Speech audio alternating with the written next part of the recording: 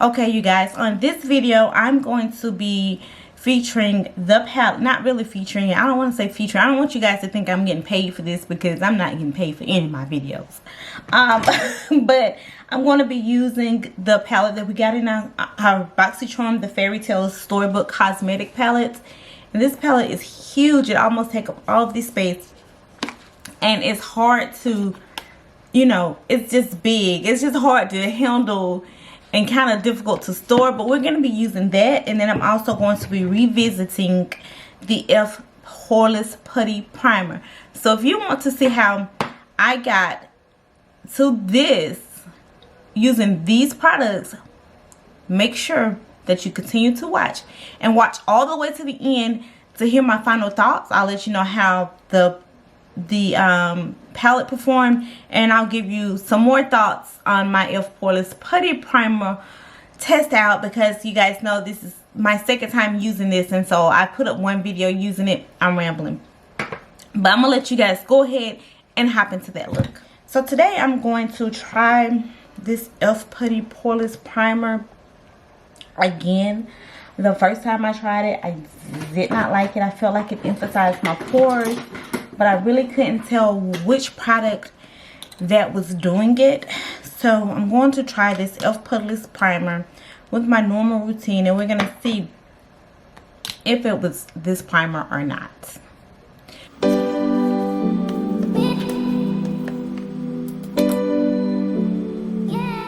I went into the shade Woodland, which is the lightest shade in the palette, just to get all over the eyes, just to kind of set my concealer.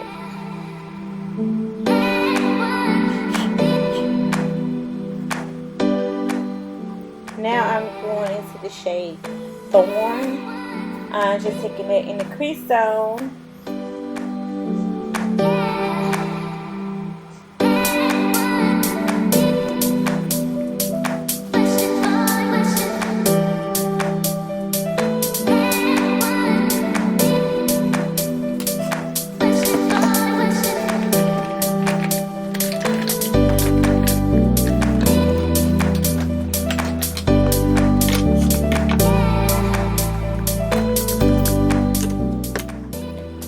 Wetting my flat shader brush with some Fix Plus. I'm going to spray it, and I'm going to use the shade Talia, which is a copper type shimmer shade, and just take that I guess like halfway over the lid.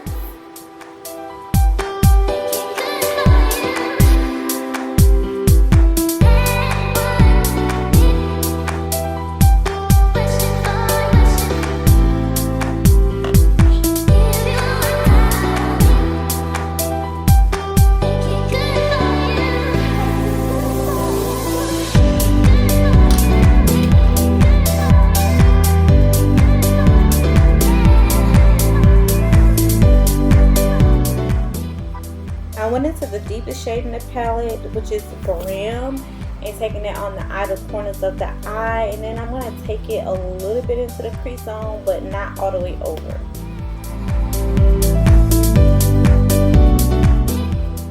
And then I went back into the shade Woodland, and I took that like right there where the shimmer shade met the matte, kind of lighten it up so it's not so harsh. Now we're going into our Hank and Harry liner. We're going to line some eyeliner on, put some mascara on, and finish up the rest of the look.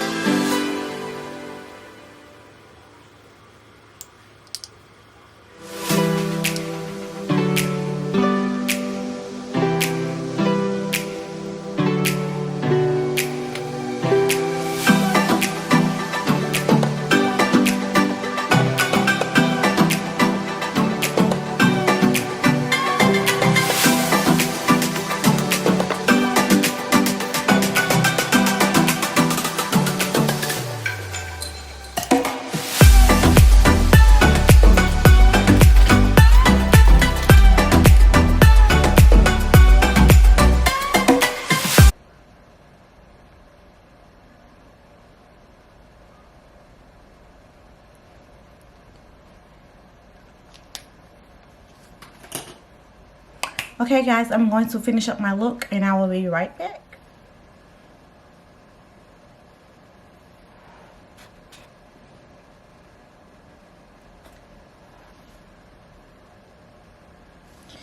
Okay guys, this is the final look. I hope you guys enjoyed it, but let me go over a few of the products, give you my final thoughts on them.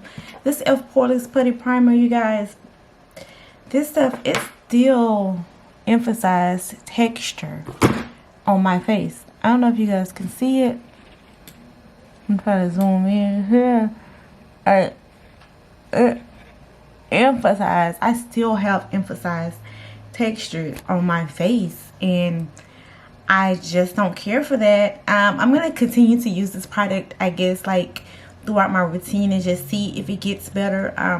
I'll give you guys an update. But as for the Storybook, the Fairy Tale Storybook Cosmetics palette, this palette was really good. It was better than I expected. I've never used anything by this brand, and so I didn't know, you know, about this palette until I received it from Boxy. I used 4 of the colors. I used quite a few of the colors. I think I used this color on my bottom lash line. I used this color. I used this color. I used this color. I used that. So I used quite a few of the shadows, and they were pigmented. They blended. They showed up on my skin. There was some fallout on the pan, but that's about it. Other than that, I love it. The only drawback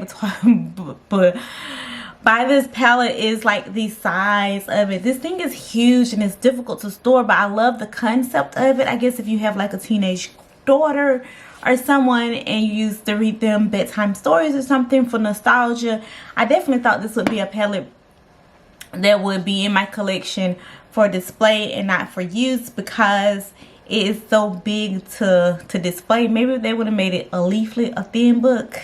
I don't know, but hey, you guys, I'm done. Hit that subscribe button before you go.